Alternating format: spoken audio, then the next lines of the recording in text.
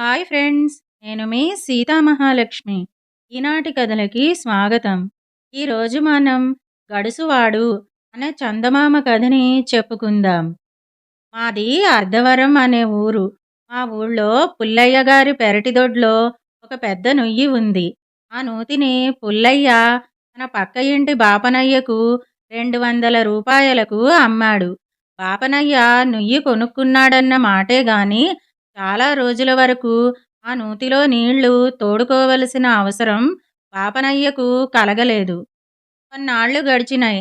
బాపనయ్య ఇంట్లో ఏదో శుభకార్యం వచ్చింది. చుట్టపక్కాలు చాలామంది వచ్చారు.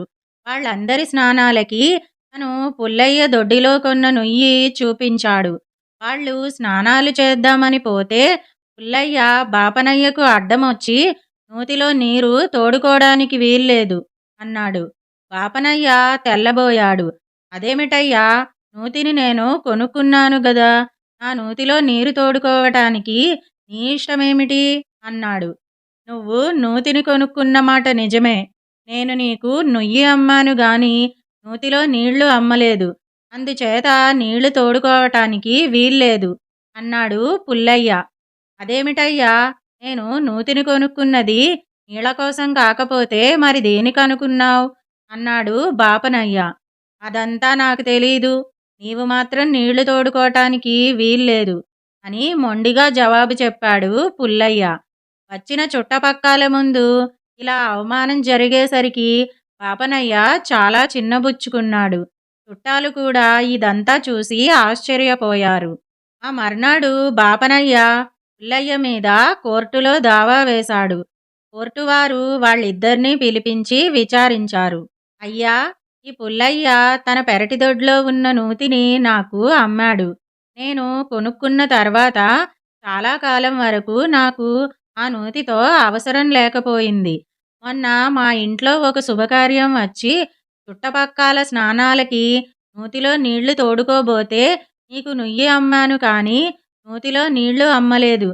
అందుచేత నీళ్లు తోడుకోవటానికి వీల్లేదు అని ఈ పెద్ద మనిషి మొండిగా అడ్డమొచ్చాడు. ఇదేమి న్యాయమో తమరే విచారించండి అని చెప్పుకున్నాడు బాపనయ్య. తర్వాత పుల్లయ్యని విచారించారు. బాపనయ్య చెప్పిందంతా నిజమేనని పుల్లయ్య కూడా ఒప్పుకున్నాడు. అయితే నువ్వు బాపనయ్యకు నీ నూతిని అమ్మి ఎన్నాళ్ళయింది అని అడిగాడు జడ్జి. సుమారు 6 నెలలు అయింది అని చెప్పాడు పుల్లయ్య. అలాగైతే ఈ 6 నెలల నుంచి నువ్వు బాపనయ్య నూతిలో నీ తాలూకు నీళ్లు ఉంచినందుకు నెలకు 10 రూపాయల చొప్పున 6 నెలలకు 60 రూపాయలు బాపనయ్యకు అద్దె చెల్లించి నూతిలో ఉన్న నీళ్లు యావత్తూ తోడించుకొని అతని నూతిని అతనికి ఖాళీ చేసి ఇవ్వు అని జడ్జి తీర్పు చెప్పాడు. ఈ తీర్పు విని పుల్లయ్య తెల్లబోయాడు. తన గడుసుతనానికి తగినట్లుగానే బుద్ధి చెప్పారని గ్రహించి, బాబూ, నుయ్యి నూతిలో నీరు కూడా నీవే. ఈ రోజు మొదలు నూతి విషయంలో నీ జోలికి రాను. కోర్టువారు బాగా బుద్ధి చెప్పారు అని కోర్టువారి తీర్పు ప్రకారం బాపనయ్యకు 60 రూపాయలు సమర్పించుకున్నాడు. చూసారా, పుల్లయ్య అతిగడుసుతనం 60 రూపాయలతో అణిగిపోయింది. ఇదండి గడుసువాడు అనే చందమామ కథ. ఇప్పుడు మరో కథని కూడా మనం చెప్పుకుందాం. నోటి లెక్క అనే చందమామ కథని చెప్పుకుందాం. కన్యాకుబ్జనగరపు రాజుగారు ఒక చాటింపు వేయించారు. రాజుగారి నోటి లెక్కకు సమాధానం చెప్పగలోరికి మంత్రి పదవి ఇస్తారంటహోయ్ అని. ఆ నగరంలో మంత్రి పదవి ఖాళీ అయింది. మంచి తెలివైన వాణ్ణి ఎవరినైనా చూసి మంత్రిగా చెయ్యాలని నిశ్చయించుకుని రాజుగారు అలాగా టముకు వేయించారు. బళ్ళో నోటి లెక్కలలో ఫస్ట్ మార్కులు తెచ్చుకునే పిల్లలంతా కూడా టముకు విన్న తక్షణమే మేం చెప్పుతామని భుజాలెగరేసుకుంటూ బయలుదేరారు. రాజుగారిచ్చేది నోటి లెక్కే అయినా బడి పిల్లలకు అర్థమయ్యేటంత సులభంగా ఉండదని, ఎఫ్ఏలు బిఏలు పాస్ అయిన వాళ్లకు కానీ అర్థం కాదని ఆలోచించి పిల్లలకు లెక్కలు చెప్పే మాస్టార్లు కూడా వెళ్ళారు. రాజుగారు పూర్వకాలపు శాస్త్రాలంటే గౌరవం ఉన్నవాడు. ఆయన ఇచ్చే నోటి లెక్క రూపాయి, అణాల, పైసల్లోనూ, మణుగు, వీసెలు, తులాల్లోనూ ఉండేదిగాక ఏ పంచాంగపు లెక్కో అయి ఉంటుంది అని ఆలోచించి పంచాంగాలు రాసే సిద్ధాంతులు కూడా వెళ్ళారు. వడ్డీకి సంబంధించిన లెక్క అయి ఉంటుందనుకుని షావుకారులు కూడా వెళ్ళారు. వాళ్ళనందరినీ ఒక పెద్ద ప్రాంగణంలోకి వెళ్ళి నిలబడమని తలో కాగితం, కలము ఇచ్చారు రాజుగారు.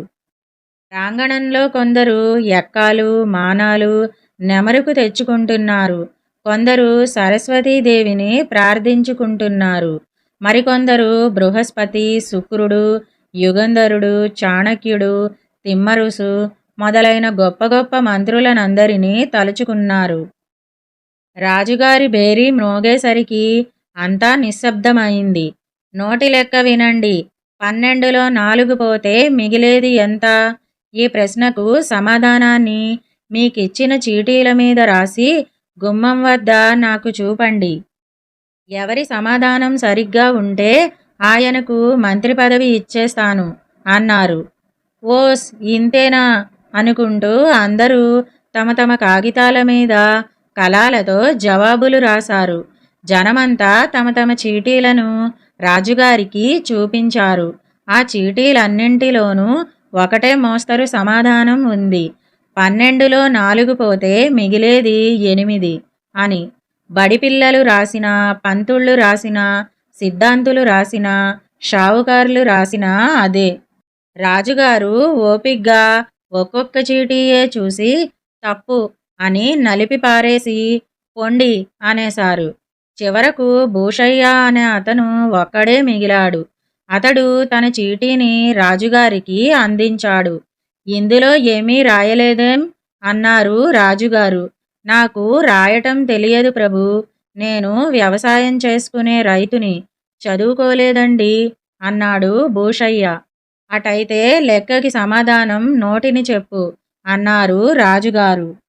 భూషయ్య అందుకు 12లో 4 పోతే మిగిలేది 0 అండి అన్నాడు. రాజుగారు బేష్ బేష్, సరైన సమాధానం. భూషయ్యని మంత్రిగా నియమించాం అన్నారు. తక్కిన వాళ్ళందరికీ ఒళ్ళు మండిపోయింది. పల్లెటూరి రైతుకు మంత్రి పదవి ఏమిటి? వాడు చెప్పిన జవాబు తప్పు అన్నారు వాళ్ళు. శ్రీ శ్రీ శ్రీ భూషయ్య గారిని వాడు వీడు అనటానికి వీల్లేదింకా. మంత్రిని చేశాం అన్నారు రాజుగారు. ప్రజలు భూషయ్యనే అడిగారు, ఏమండి 12లో 4 పోతే మిగిలేది 0 ఎట్లా అని. శ్రీ శ్రీ శ్రీ భూషయ్య గారు చెప్పినదేమిటంటే, రాజుగారి ఉద్దేశం 12లో 4 తీసేస్తే ఎంతో చెప్పుకోమని కాదు. అదే అయితే గుడ్డి గంగమ్మ కూడా చెప్పగలదు.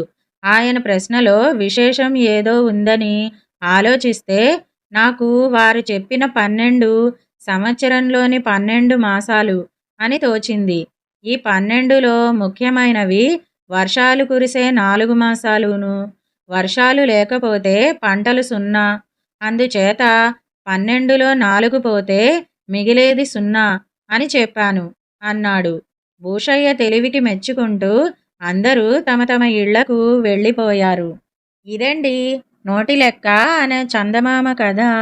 ఈ 2 కథలు గనుక మీకు నచ్చినట్టయితే లైక్, షేర్, కామెంట్ చేయండి. మరిన్ని మంచి కథల కోసం మా ఛానల్ను సబ్స్క్రైబ్ చేసుకోండి. మళ్ళీ మరొక మంచి కథతో కలుసుకుందాం.